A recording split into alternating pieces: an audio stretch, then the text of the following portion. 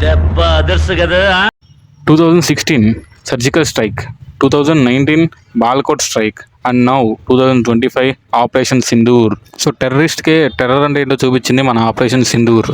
ఈ operation Sindoor only టెర్రరిస్ట్ని target చేస్తూ పాకిస్తాన్లోని 4 ప్లేసుల్లో అండ్ పీఓకే అండ్ పాక్ ఆక్యుపైడ్ కాశ్మీర్లో 5 చోట్ల అయితే అటాక్ చేసింది. ఇందులో ముంబైలో జరిగిన అటాక్లో మెయిన్ పర్సన్ అయిన లష్కర్ తోయిబా వ్యవస్థాపకుడు హఫీజ్ సయ్యద్ యొక్క ప్లేస్ ముర్కిడేతో పాటు ముజాఫర్బాద్లోని 2 ప్రాంతాలు కోట్లీ, గుల్ఫూర్, బింబర్, సియల్కో, చక్రంబు, బహ్వాల్పూర్లోని మొత్తం 9 టెర్రరిస్ట్ ప్లేస్ని అయితే ఆర్మీ టార్గెట్ చేసి అటాక్ చేసింది. ఈ ఆపరేషన్ సింధూర్ మెయిన్ గోల్ అయితే జైషే మహమ్మద్ అండ్ లష్కర్ ఉగ్రవాదులను టార్గెట్ చేయడమే మెయిన్ గోల్. మొన్న పెహల్గామ్ అటాక్ లో రిలీజియన్ చూసి మరి ఫ్యాన్ టిప్పి చేసి మరి మగవాళ్ళని టార్గెట్ చేస్తూ కాల్చి చంపింది కదా. సో మగవాళ్ళు చనిపోతే ఆడవాళ్ళకి సింధూరం తొలగిస్తారు కదా.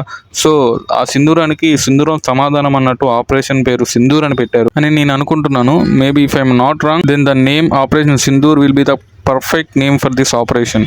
అండ్ ఈ ఆపరేషన్ సింధూర్ పై మన మాజీ ఆర్మీ చీఫ్ మనోజ్ నర్వానే గారు స్పందిస్తూ పిక్చర్ అవి బాకీ హై అని ట్వీట్ అయితే చేశారు. సో ఇక్కడ చాలా మంది అనుకోవచ్చు ఫస్ట్ ఇండియానే ఆపరేషన్ సింధూర్ అని వార్ కోసం స్టార్ట్ చేసిందని. కానీ మన ఇండియన్ గవర్నమెంట్ చాలా క్లియర్ గా అయితే చెప్పింది, మేము పాకిస్తాన్ వారి ఆర్మీ బేసెస్ కానీ లేదు అంటే సివిలియన్స్ కానీ మేము ఎటువంటి అటాక్ చేయలేదు, ఓన్లీ టెర్రరిస్ట్ మీద మేము అటాక్ చేశాము అని. బట్ అయినా కూడా పాకిస్తాన్ గవర్నమెంట్ ఇలా అంటుంది. దీనికి సమాధానం లభించకుండా ఉండదు. పాకిస్తాన్ తనకు నచ్చిన సమయంలో ఎప్పుడన్నా ఎక్కడన్నా భారత్ పై దాడి చేయొచ్చు. సో భారత్ దీనికి రెడీగా ఉండాలని అయితే అంటుంది. సో జై భారత్, జై హింద్.